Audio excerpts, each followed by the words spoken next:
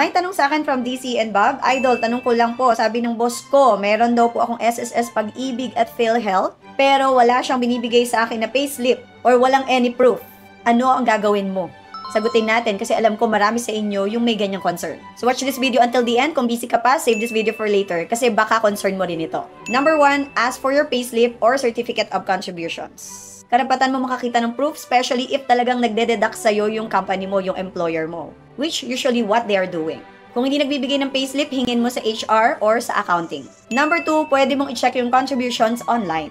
Sa SSS, punta ka lang sa my.sss. Sa Pag-ibig naman, virtual Pag-ibig. And sa PhilHealth, syempre sa PhilHealth website. Number 3, pwedeng walang record or delete ang posting. What you can do, screenshot everything, yung mga proof mo, yung message sa'yo ng boss mo or ng HR, isave mo yung mga status. And pwede mo rin kasing i-report agad to sa SSS, sa Pag-ibig o PhilHealth kung dinededakan ka or kinakaltasan ka ng employer mo pero hindi naman pala talaga sila nagko-contribute. Number 4, know your rights. By law, obligado ang mga employer na mag-remit ng contributions on time. Hindi ito favor nila sa'yo, karapatan mo ito.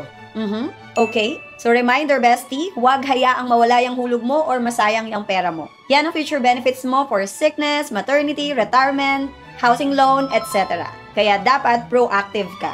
At i-follow mo ako para mas lagi kang updated sa mga ganitong content. And comment down below if you have questions. By the way, hello, my name is Pisha Bashal, your Finance Glow bestie. And let's grow and glow together!